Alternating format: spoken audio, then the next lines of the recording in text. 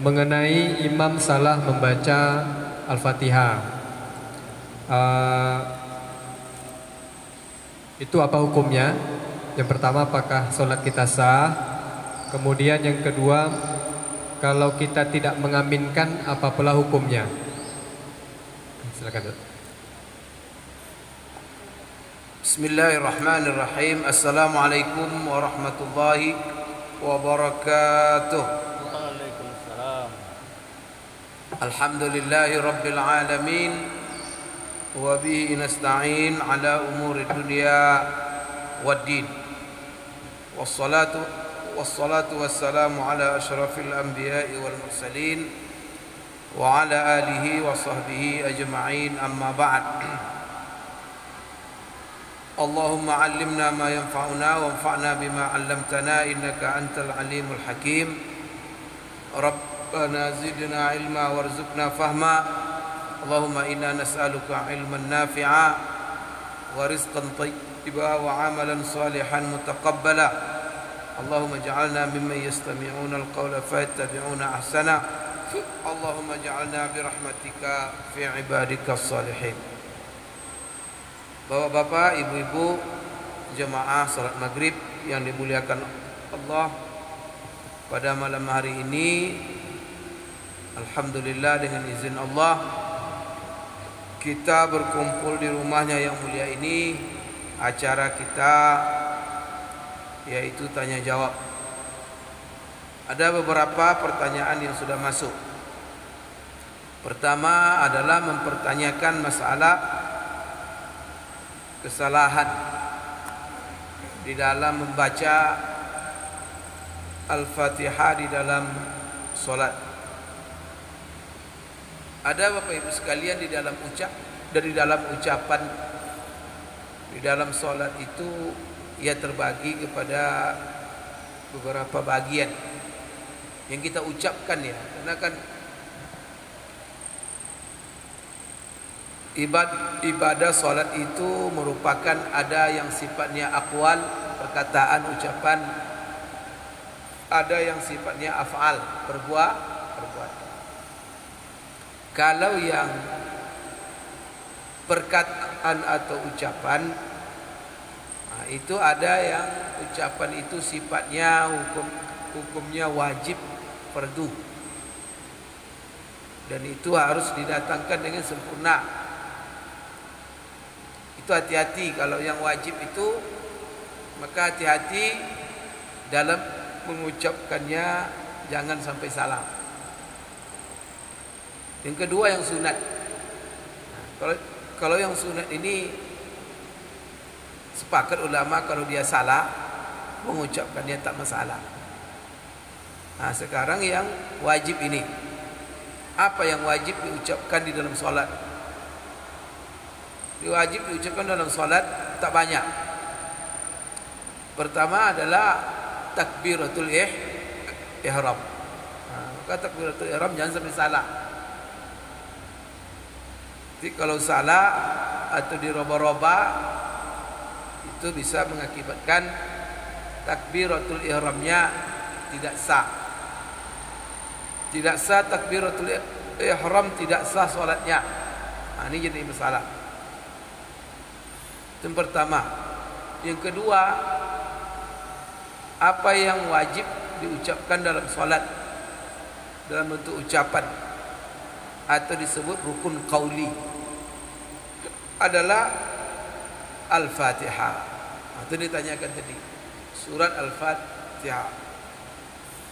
Jadi yang wajib itu, yang fardu itu ya surat Al-Fatihah itu.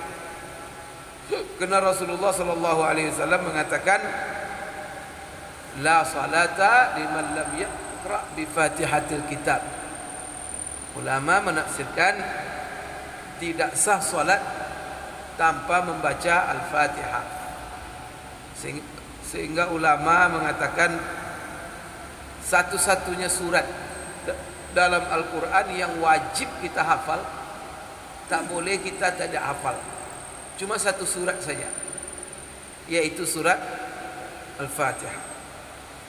Jadi kalau ada Bu cuma menghafal surat Al-Fatihah saja, sampai dia meninggal dunia, tidak masalah itu. Cuma apa? Kenapa? Karena yang wajib sudah terpenuhi.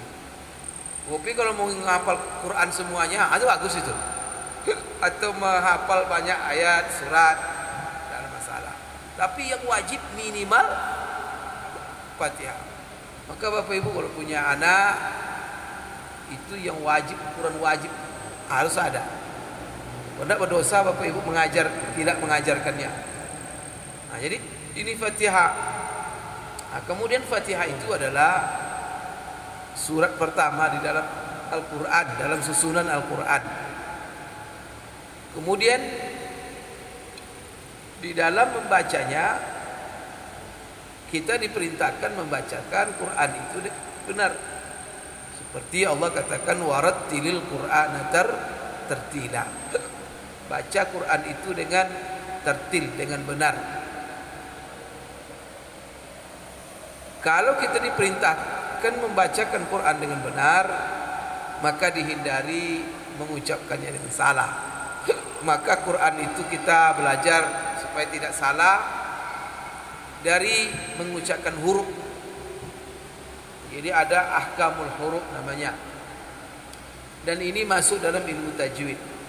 Tapi kita dari kecil oleh orang tua kita sudah diajarkan, sekalipun tidak namanya tajwid, tapi membaca prakteknya sudah diajarkan. Jadi walaupun ilmu tidak dikuasai, umpamanya ini apa hukum nun ketemu ini, Bapak tidak bisa menjawab, tapi Bapak baca dengan benar, cukup itu, ada masalah. Artinya ilmunya tidak wajib diketahui. Namanya an'amta, ya an'amta, nun ketemu huruf ain, maka hukumnya apa? Kalau dalam ilmu tajwid izhar.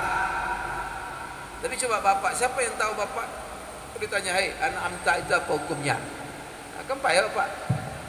Pokoknya Pak, tidak tahu saya, ada sah salat kamu, anak begitu pula. Yang penting dia benar mempraktikkannya. An'amta. Artinya apa? Izhar itu apa? Tidak berdengung. Jadi nun itu dimunculkan Tapi kan kalau yang namanya kalau dia berdengung kan masuk bunyi nun itu tidak izhar. Jadi ini namanya hukum tajwid. Yang penting prakteknya itu benar. Bisakah kita membaca Quran itu salah prakteknya? Bisa salah. Kesalahan di dalam membaca Al-Quran termasuk Al-Fatihah yang merupakan rukun salat, fardu salat menurut jamahir ulama. Semua sepakat itu bahwa Fatihah itu rukun dan wajib di dalam salat. Bisa terjadi kesalahan, bisa.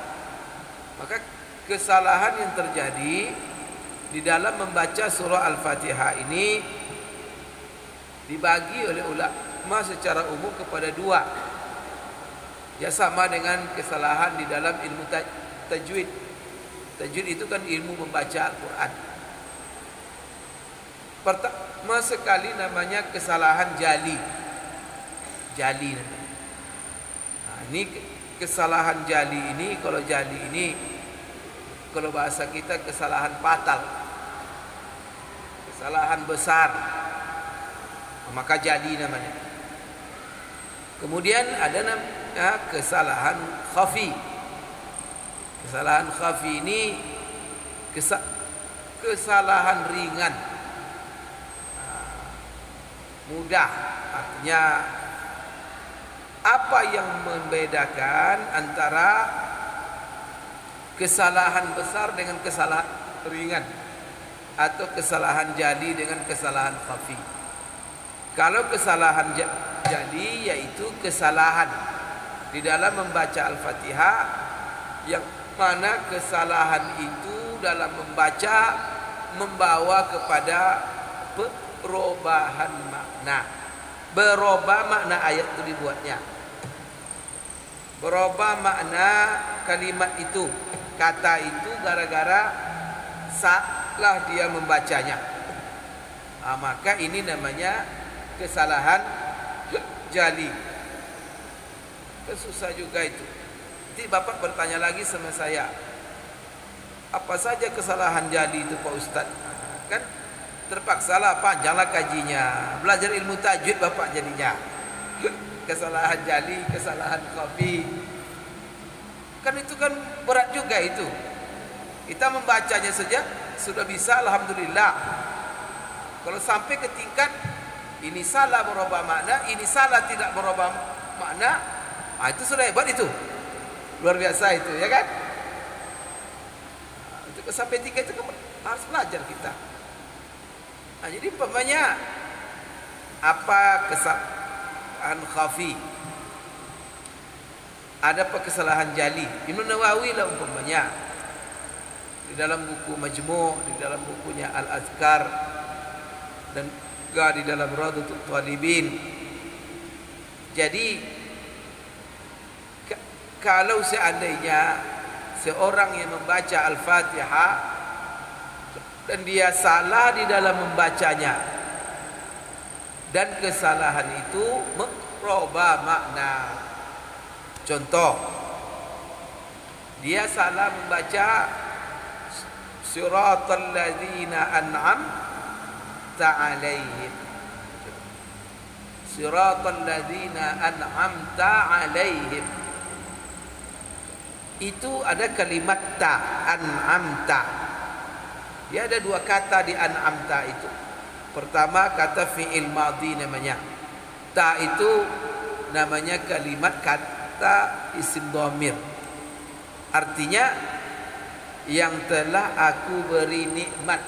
Maka tu, kalau ta, engkau beri nikmat. Kalau tu, aku beri nikmat. Bahaya itu.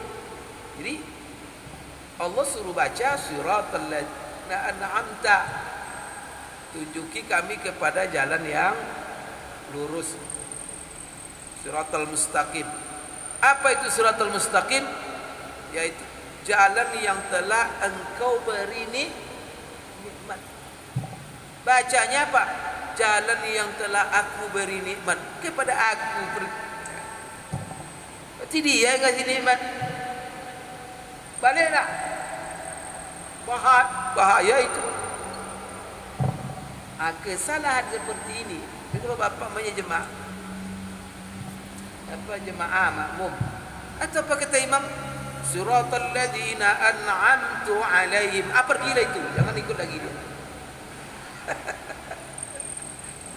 Jangan ikut lagi dia itu. Ini imam tu tak mengerti. Karena tu dengan ta, dia sama-sama katanya statusnya isim dhamir. Dia sama-sama kalau dalam ilmu nahwu kedudukannya fa'il, tetapi makna berbeda. Ta untuk menunjukkan orang yang kita hadapi, berbicara, engkau satu orang. Tu yaitu untuk menunjukkan orang yang berbicara, kata ganti untuk dia, aku. Seharusnya engkau dibilangnya aku. Maka Imam Nawawi mengatakan atau dibilang an'amta, dibilangnya an'amti. Hati juga ta, ti, tu. Beda itu semua maknanya. Maka kalau dia dhammahkan an'amta menjadi an'amtu, atau menjadi an'amti, atau umpamanya iyyaka, itu juga begitu.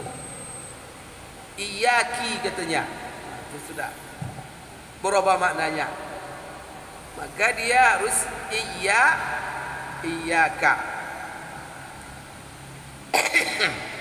Atau umpamanya apa? Kaf itu digantinya iyya'a katanya, bukan iyyaka, karena giginya tidak ada. Iya anak bodoh katanya. Atau pergilah bapak itu, jangan ikuti lagi imam seperti itu. Kenapa? Karena itu sudah pasti merubah makna. Maka di sini kalau dia jadi imam dan begitu, maka apa kata Imam Nawawi? Tidak sah bacaannya dan sholatnya juga tidak sah. Maka imam seperti itu jangan oleh karena itu Jumhur ulama mengatakan yang paling penting di dalam imam itu adalah masalah bacaan. Maka Rasulullah sallallahu alaihi wasallam ya ummukum aqra'ukum. Aqra'ukum itu apa? Yang paling fasih bacaannya. Karena bacaan ini tidak boleh salah. Kalau salah fatal, mengakibatkan tidak sah salat. Di antara juga seperti dikatakan oleh Imam Nawawi, ini merubah-rubah itu ya, itu bahaya. Umpamanya meninggalkan tasydid. Tasydid kan banyak tasydid itu. Bismillahirrahmanirrahim. Bismillah tasydid satu. Ar-Rahman tasydid satu. Ar-Rahim tasydid satu.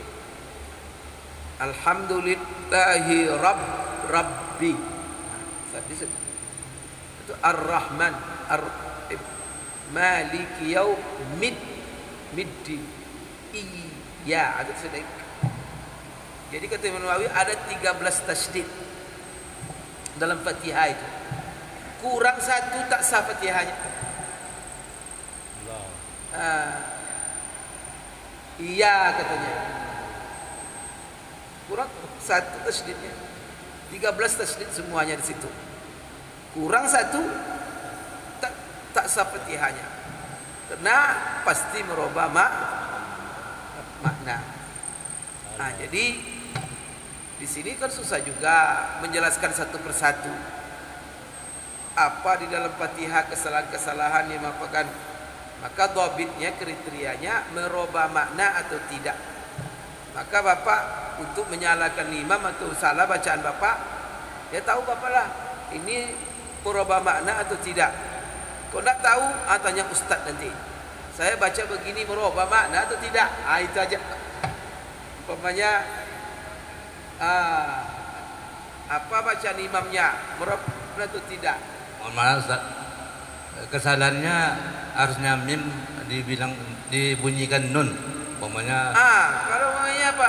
Siratal ladzina amta, itu jangan ikut lagi dia itu. Dia terlalu jauh sudah perginya.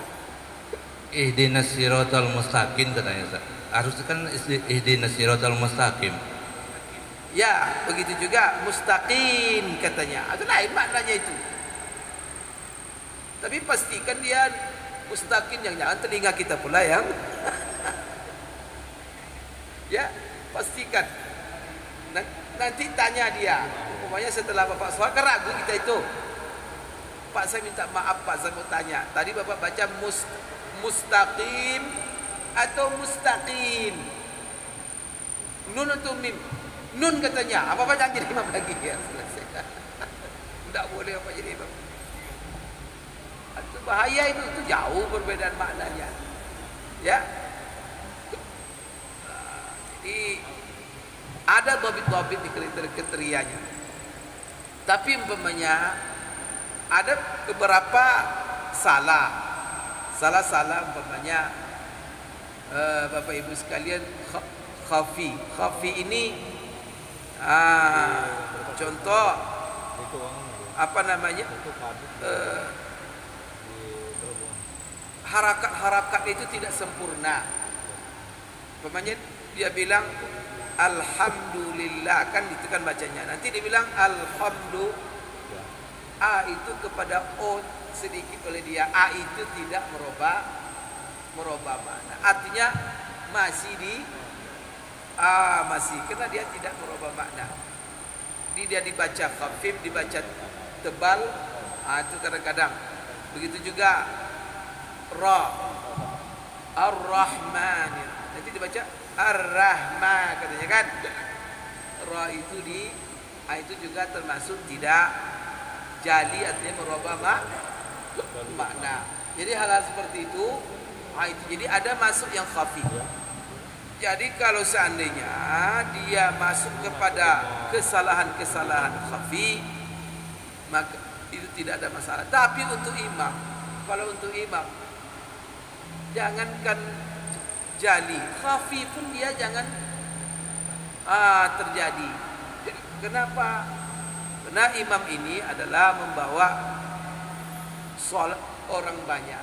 Dia itu dhamin. Tahu dhamin? Dhamin itu menjamin. Jadi sholat kita yang apa ini, jamaah ini, siapa yang menjamin sholat kita? Imam. Maka memilih imam tidak boleh sembarangan. Kemudian imam harus dia membuatkan sholat itu sesempurna mungkin, sesempurna mungkin. Kemudian juga ya, salah satu yang tidak merubah makna, umpamanya memendekkan yang panjang, ya kan, dia 6 harkat dibuatnya cuma 2 harkat juga tidak masalah. Hal-hal seperti itu Bapak Ibu sekalian, ini tidak membatalkan sholatnya. Kemudian juga seperti ini banyak contoh-contoh yang dibuat oleh ulama. Di sini saya tidak membacakan semuanya, tapi yang jelas Bapak Ibu sekalian, apabila kesalahannya itu jali, maka di sini membatalkan sholat karena dia merubah makna. Sedangkan apabila dia kesalahannya khafi, maka dan dia tidak merubah makna, dan hal itu kadang-kadang tidak diketahui kecuali oleh orang-orang yang begitu mahir di dalam membaca Al-Quran, maka kesalahan seperti ini kata para ulama salatnya sah dan tidak perlu diributkan. Wallahu alam bissawab. Kemudian kalau seandainya sudah jelas tadi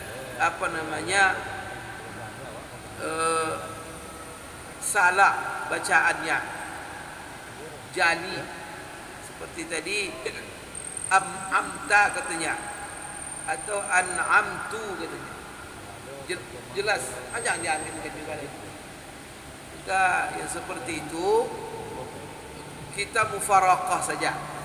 Itu mufaraqah, misa, solat sendiri, lanjutkan sendiri. Tapi kalau bubar jemaah semua, buat jemaah baru, atau mundurkan imam itu, nanti imam baru mulai sholat lagi. Ya dengan cara baik-baik. Biasanya kalau di dalam cara sholat itu, kalau seandainya begini, umpamanya ini kemarin terjadi, kadang-kadang imam pas mengimami sholat stroke dia. Stroke itu biasanya pengaruh kepada lisan lidah, tak bisa ngomong. Yang kita kenal selama ini Pak Sek, kok maghrib ini bebelok rupanya dia stroke. Kalau sudah stroke, maka pertama imam harus mengetahui kalau dia harus mundur. Ya, dia harus mundur dari imam, nanti digantikan oleh yang lain maju untuk membawakan Quran dengan Fatihah itu dengan benar. Jangan dilanjutkan terus. Nanti kalau dilanjutkan, karena masalahnya begini, kita jemaah ini kalau imam sudah tahu bahwa kita salah itu salah yang tidak bisa ditafsirkan menerima penafsiran lain. Artinya apa? Bukan salah masalah khilafiyah. Tapi kalau masalah khilafiyah itu lain lagi. Umpamanya menurut imam benar, menurut kita salah. Maka jangan disalahkan imam, ikut aja imam, jangan ikut mazhab kita. Tapi menurut imam salah, kita juga salah, dan dia membuat yang salah di dalam hal ini. Maka kita kalau dia tahu salah, kita ikut juga, batal sholat kita. Jadi dia salah, kita ikut juga, dia batal. Contoh umpamanya, jadi kalau kita tidak tahu bahwa dia salah, tapi kita tidak tahu bahwa dia salah, kita ikut sholat kita sah, kalau sholat dia tidak sah. Contoh imam salat zuhur.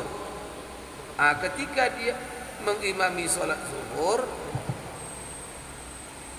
lupa dia mandi junub. Rupanya tadi junub dia jam 10. Berhubungan suami istri. Kena terdesak-terdesak, langsung jadi imam. Wudu aja dia, tidak mandi.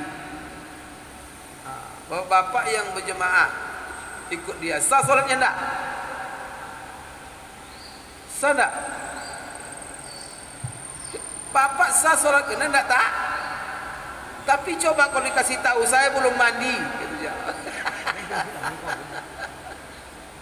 Saya belum mandi, boleh bayar solat. Bapak ikut enggak? Kalau Bapak ikut sah enggak? Oh, kalau kita tahu salahnya imam, kita ikut juga. Tidak sah. Kecuali kita tidak tahu bahwa dia. Maka kalau dia nanti pergi, pulang dia selesai sholat, pulang dia ke rumah. Apa kata istrinya, bang, abang udah mandi tadi kita aja. Astagfirullahaladzim, belum mandi gitu. Jemaah ada bubar. Kadang mungkin dia ambil mic. Oh bapak, sholat zuhur tadi tidak sah, ulang lagi. Saya belum mandi. Kenapa gitu? Maka apa? Yang wajib mengulang salat cuma dia saja.